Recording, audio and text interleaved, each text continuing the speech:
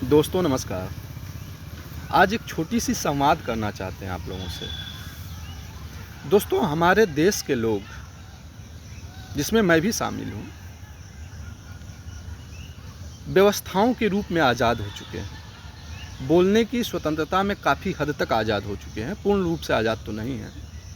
और दूसरी चीज़ कि खाने पीने, पहनने ओढ़ने, काम धंधा, बिजनेस के लिए आज़ाद हो गए हैं, लेकिन मानसिक रूप से अभी भी गुलाम हैं। तो मैं इसलिए कह रहा हूँ कि देश के सड़े गले सिस्टम के प्रति आवाज़ उठाने से हर कोई डर रहा है या डरता है।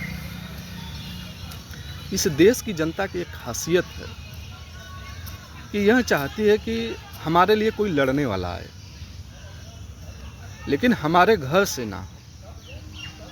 सभी लोगों को एक भगत सिंह, राजगुरु, सुखदेव, चंद्रशेखर आज़ाद, राम प्रसाद बिस्मिल चाहिए, जो उनकी लड़ाई लड़ सके, जो उनके लिए लड़ सके। उनके साथ गलत हो रहा है तो लड़ सके, लेकिन ना ही वो खुद लड़ेंगे और ना ही अपने घर के किसी, मतलब ये चाहेंगे कि हमारे घर का लड़का भी ना लड़े।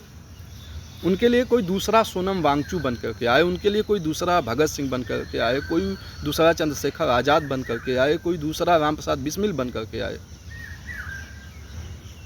क्योंकि वो जानते हैं कि भगत सिंह, राजगुरु, सुखदेव, राम प्रसाद बिस्मिल अगर आप बनेंगे तो कभी भी फांसी हो जाएगी, कभी भी टपका दिए जाएंगे। और इतिहास गवाह रहा है, जो व्यवस्थाओं के खिलाफ लड़े हैं, उसमें से बहुत से ऐसे लोग हैं जो समय से पहले चले गए। और एक नशा जो होता है ताकत का, पावर का, चाहे वो सत्ता का हो, धन का हो, वो जब व्यक्ति के अंदर आता है ना, तो वो सही इंसान को बर्दाश्त नहीं कर पाता है। यह यथार्थ सत्य है। वो यह चाहता है कि जितने भी लोग हैं वो दब करके रहें, हमारे नीचे रहें, हमारे नीचे बैठें। मैं जो कहूँ वही सत्य है और उसी को सत्य माने भी, चाहे मैं सही कह रहा हूँ चाहे गलत कह रहा हूँ। जो भी मैं कह रहा हूँ वही यथार्थ सत्य है, उसी को सभी लोग माने। अगर उनके प्रति, मतलब यहाँ पे हम सत्ता की बात कर रहे हैं, कि अगर आप सत्ता की गलतियों के प्रति आवाज़ उठाएंगे, जो कि सच्चाई है और जनता भी यही चाहती है, अगर आप आवाज़ उठाएंगे तो आपके साथ बहुत कुछ दिक्कतें आती हैं और दिक्कतें आएंगी भी। और उसमें कोई भी जनता, जब तक आप लड़ रहे हैं तब तक साथ देने वाली नहीं। चाहती तो सब है कि हमारी लड़ाई कोई लड़े, लेकिन साथ कोई देने वाला नहीं।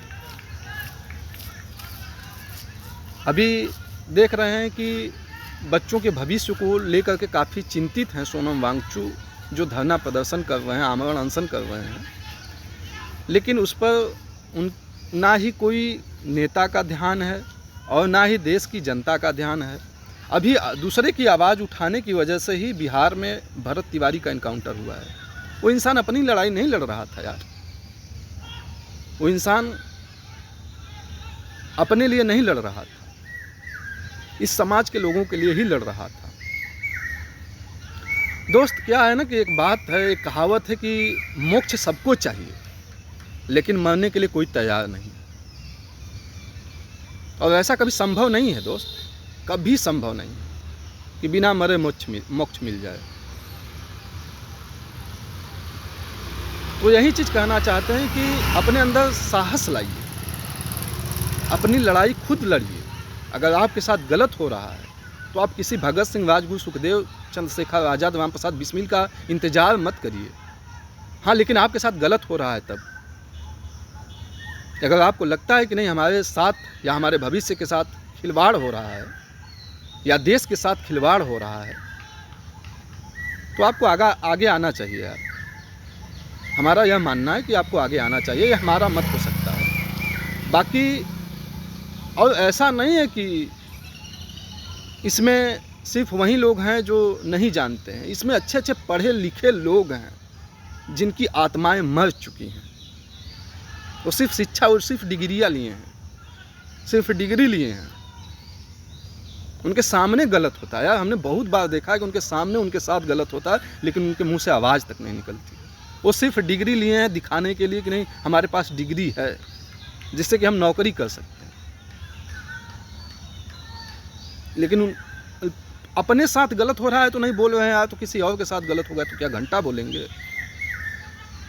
तो यहाँ पर किसी भगत सिंह का इंतजार मत करिए। अगर आपके साथ गलत हो रहा है तो आप संवैधानिक लड़ाई जो होती है उसको लड़िए।